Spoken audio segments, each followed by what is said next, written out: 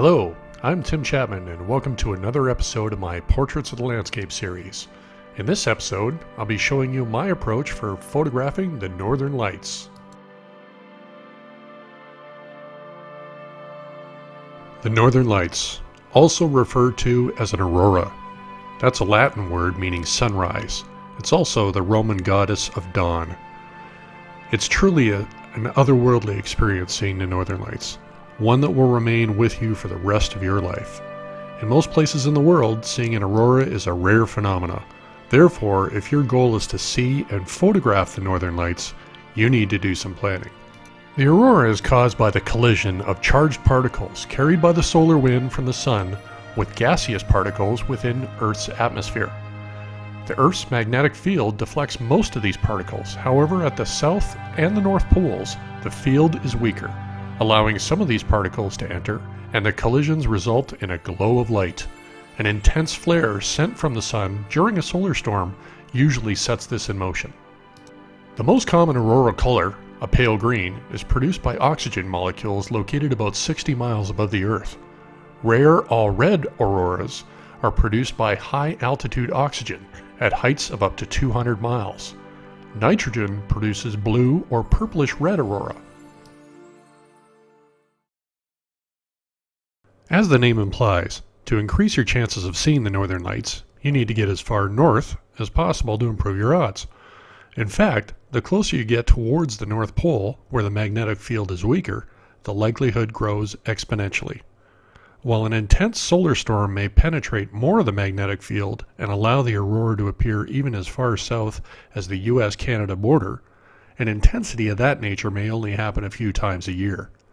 Conversely, if you head much further north, say to Alaska, Canada's Arctic, or perhaps the Scandinavian countries, the aurora may appear even with a much less intense solar storm. Your ability to see the aurora well requires a dark sky, free from light pollution, so the further you can get away from a populated area, the better. A darker sky will also provide more contrast to the sky, and thus the stars will appear brighter and more well-defined. The aurora will also appear brighter. In addition to being free from light pollution, you also need a clear sky, one with few or no clouds. The aurora might be sensational directly above you, but if there are clouds between you and it, then you won't be able to see it. Clouds are often found around mountainous areas, so your chances of seeing it will improve dramatically if you can get away from those areas.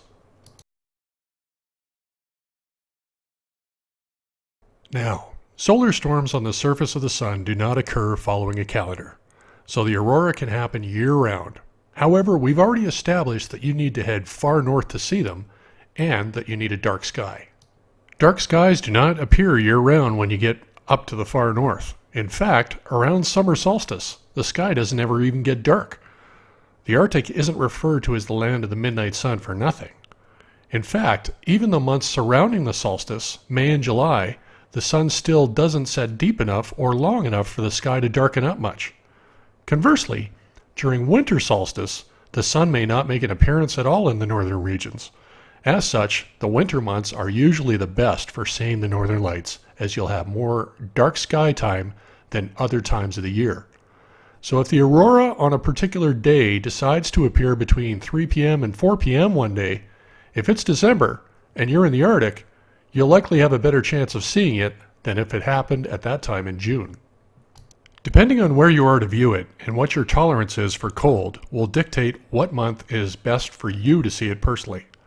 I believe that there is no such thing as cold weather, only inappropriate clothing. So I usually choose a time more advantageous to improve my odds rather than for comfort. When I have shot the Northern Lights, I have traveled to many different locations. I have seen and shot them mostly in the winter, but have even shot them as early as August. My odds increase dramatically in the winter, however. I have generally avoided Alaska due to its mountainous landscape, and instead shot in Scandinavia.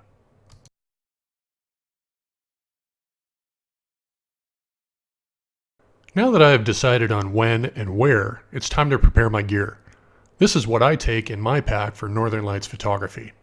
I personally take a Nikon digital camera and my Mamiya RZ67 Pro 2 6x7 film camera. I always take at least 2 cameras. This way it enables me to not only have a backup in the event that one camera fails, and the cold can definitely impact that, but also since the Aurora requires long exposures, I can shoot simultaneously with both cameras. Generally speaking, most of my Aurora shots will capture as much sky as possible. Therefore, I will have a bias towards using wide-angle lenses up to a short telephoto length. As such, I will be using a Nikkor 14-24 and a 24-70 zoom. And for medium format, a Mamiya Secor Z 50mm, 37mm, and 110mm prime lens. All my exposures will be long, so I will be using my Arca Swiss B1 monoball heads atop a Gitzo carbon fiber tripod for my big camera and a Manfrotto Art 55 tripod for my Nikon digital. Stability is everything in shots like this. I will use lens hoods to prevent side light and flaring, which can sap sharpness and contrast. I will not use any filters whatsoever, as I will work totally within the light afforded to me by the scene and the Aurora itself. I will not have a bright sun to deal with, nor will I be shooting a moon, so there is no light I need to hold back with a neutral density filter. With the Aurora, it's all about the light, so I want to capture as much light as possible, and filters hold back light. I will utilize a double cable release for my Mamiya camera. A double release enables me to split the process of taking a photo into 2 steps. The first step lifts the mirror in the camera, and the second releases the shutter in the lens. This approach ensures that I don't get any vibration from the mirror lifting when the camera actually exposes for the light, ensuring a sharp shot. I will utilize some features with the digital camera to achieve the same result. Stay tuned. I will take a headlamp for a variety of purposes. One, obviously to light my way for safety since I will be out shooting in the dark. I often use my headlamp for light painting as well, when I want to be especially creative shooting a scene. My headlamp also has a red filter on it, which is essential for minimizing light pollution for both yourself and others when shooting. No one likes the thoughtless photographer that ruins others' night shots by leaving their white headlamp on. This being said, it's essential to be very familiar with your camera's controls so that the need to turn on any additional light source is minimized, if not eliminated altogether. Heat pads are helpful for regulating digital camera temperature when shooting in cold temperatures. As a digital sensor can heat up a lot during long exposures, this can cause condensation to form inside the lens, softening and usually ruining the image. Attaching a hand warmer heat pad to the lens can help prevent that condensation. I also use Ziploc plastic bags for when I move from the cold back into a warm space. Each lens and camera goes into its own sealed bag before going into the heated area. This way the condensation moisture gathers on the outside of the bag while the camera gear inside remains dry.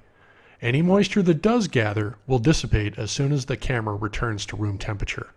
This being said, I usually try to avoid moving my gear in and out of cold and warm environments and try to keep the gear acclimated to the outdoor temperatures at all time. I'll also be taking a supply of silica gel so that I can help absorb some of the moisture and condensation. If I'm storing my gear outside though, I will always remove the memory cards and the batteries.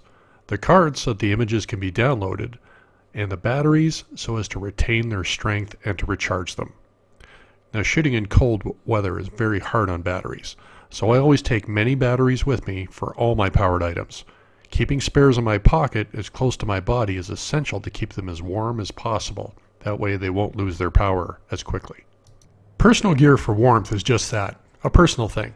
I'm a pretty warm dude, so I don't need much to keep me warm, but essentials include a down parka.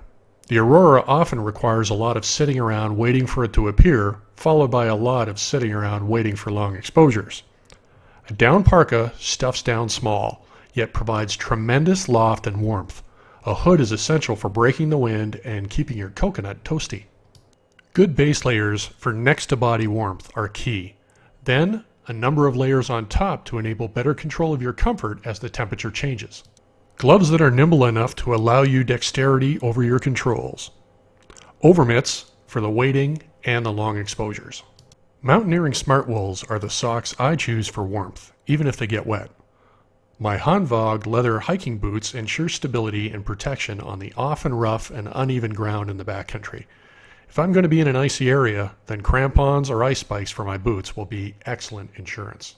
Oh, and those hand warmers you got for your lens can also be used for warming your hands too.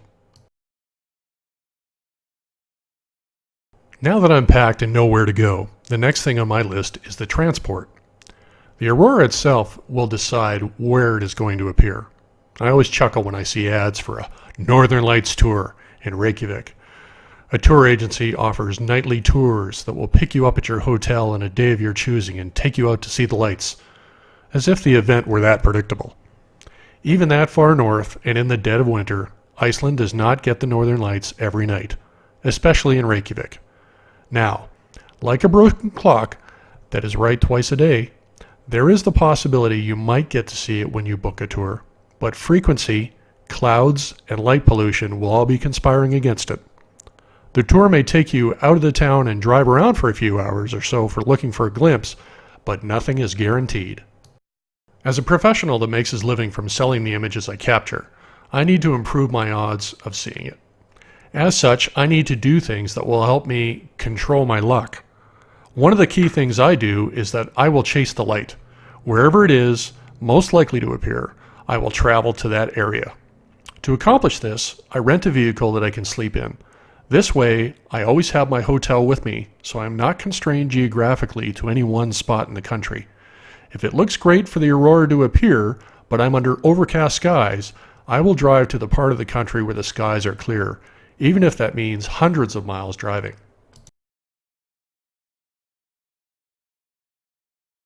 In addition to having transport and no geographic constraint, I will utilize NOAA's website. That's the National Oceanic and Atmospheric Administration, as they predict the likelihood and visibility location of the aurora. If things look good for the area that I find myself in, then it becomes about finding the clear skies. I then utilize websites that show the cloud patterns over the country, being sure to study low, mid, and high-level cloud cover. I will then look for the areas look to be free of cloud cover and drive to those areas. A slider will help forecast how those clouds will move, dissipate, or grow over the following hours to help me predict the best area to travel to. Once I have reached the area I have chosen to give me the best chance of seeing the aurora once the skies grow dark, my focus shifts towards scouting. While the aurora is certainly mind-blowing in its hypnotizing beauty, personally, to me, I like to anchor the magical light with reality. That being said, my compositions will need to include something interesting in the foreground. Therefore, I am on the lookout for anything of visual interest that can complement the overall final image. I will often utilize my camera phone to take quick shots to remind me of interesting foreground subjects. Since the phone has a geotag inside it, it'll also help me keep track of where each subject of interest was taken. This becomes extremely helpful for identifying all these potential photo ops, so that when the aurora happens in a certain area of the country, I have already pre-scouted many subjects to include along with the aurora. Okay, the time has come when NOAA has predicted an area of high visibility likelihood for the aurora. I have checked cloud patterns and predictors and traveled to that area with the clearest skies.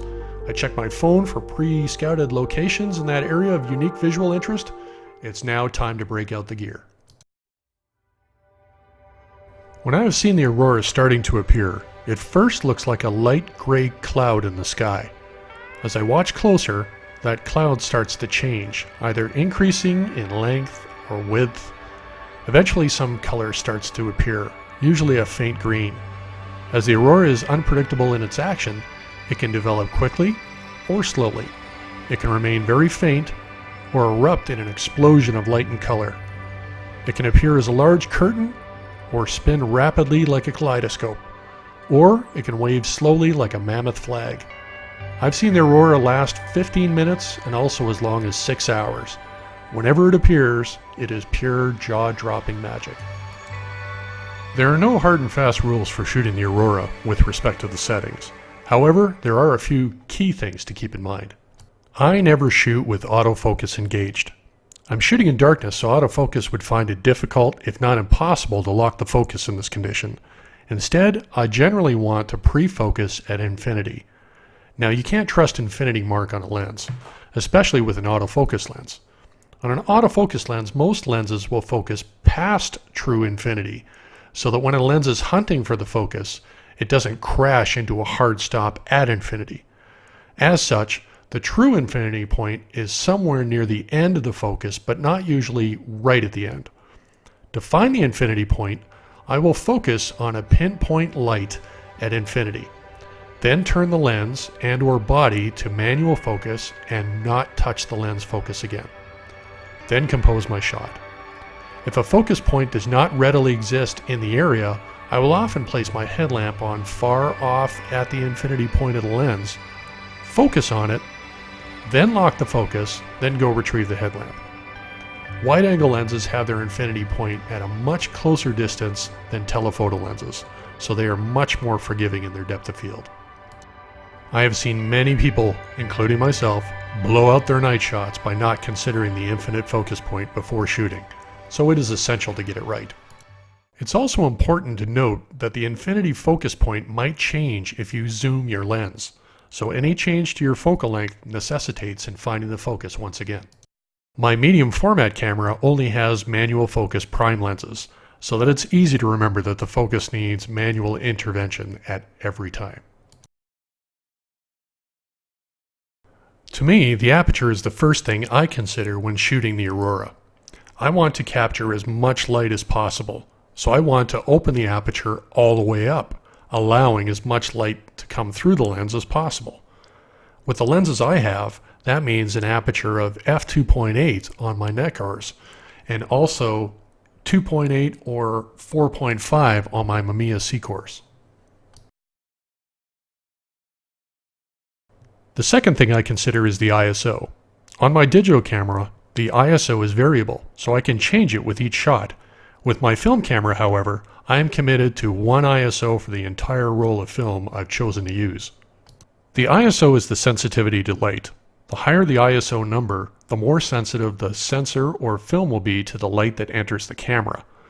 Digital cameras can shoot with unbelievably high ISOs, enabling the camera to see things that the human eye cannot normally see. Film cannot reach the sensitivity that digital cameras can, and when you make a film too sensitive, it comes at the expense of grain, which I've never been a fan of. Personally, I like to capture images within the limits of the human eye to give things as natural of an appearance as possible, so that my images are immersive. Shooting at lower ISOs like this will necessitate longer exposures and a relatively bright aurora to maximize the impact. Fortunately, by my planning and luck controlling, I can often be rewarded with the latter.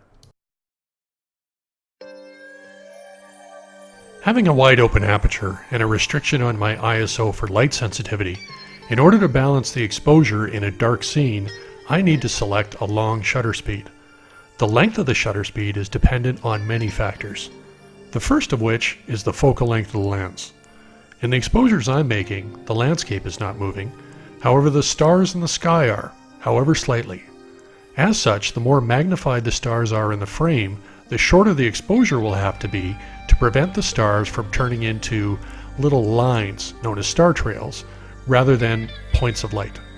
Shooting with a telephoto lens like this may only allow a maximum of a 4-second exposure, while shooting with a wide-angle lens may enable an exposure upwards of 30 seconds before a star's movement becomes a line. Another factor to consider is the brightness of the aurora itself. If the aurora is quite faint, you'll need a longer exposure to brighten it up. However, if the aurora is really intense and you've done your homework in escaping light pollution, you may not need a very long exposure at all to get a bright aurora. Yet another factor to consider is the ambient light in the composition. Aside from the light of the aurora itself, the ambient light that's falling on your composition will influence the length of your shutter speed. Too long of an exposure can cause some of your foreground to blow out its detail. And a significantly dark foreground may need some light painting to help. In this exposure, I was shooting under a full moon. The moon, being a reflector of the sun, lit the landscape almost like it was daylight, normally making the aurora very difficult to see. However, the aurora on this night was very intense, so a relatively short exposure was all that was needed for this series. The advantage of using a digital camera is that you can see the result of your exposure mix by checking the LCD after you take the shot. Bear in mind, however, that an LCD will often render the light much more intensely, considering you are looking at it in the darkness of night. I will check the digital camera result at the same ISO and aperture as my film camera to help give me a ballpark of what shutter speed to use on the film camera. Again, it's just a ballpark, so I will bracket my exposures accordingly, varying the shutter speed slightly on subsequent sequences of exposures. Taking multi-second exposures requires rock-solid stability. The tripod head and tripod play a major part with this, but not the only part. The simple lifting of the mirror when making the exposure can cause a blur in the capture. A heavy touch of simply pressing the shutter release button can also introduce blur from camera shake. To eliminate this from happening, there are a few routes one can follow. First off, as I mentioned already with my film camera, I have a two-stage release, one that lifts the mirror and the second releases the shutter. I can release the shutter either right after lifting the mirror or multiple seconds after or even a minute later. With my Mamiya, the shutter is in the lens itself and not in the camera body, so there is no vibration transfer to where the film sits. With my Nikon, there are a few settings I utilize.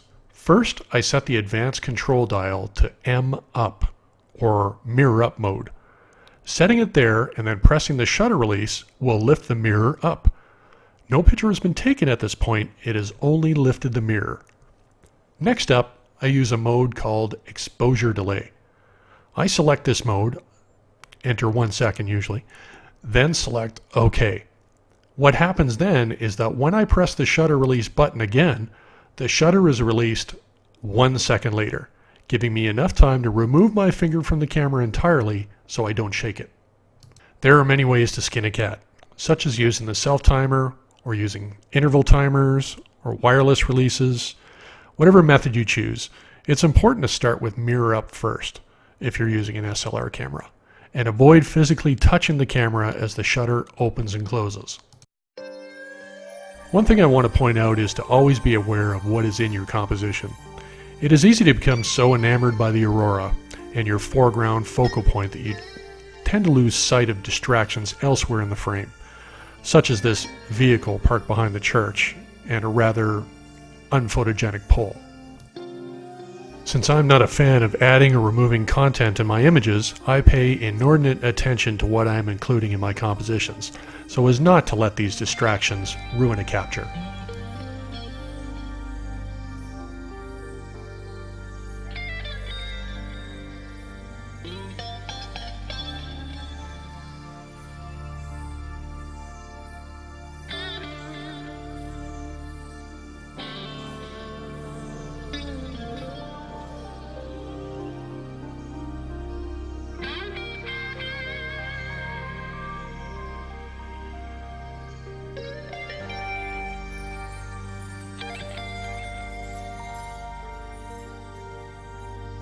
Seeing the Northern Lights is a sight you will remember your entire life.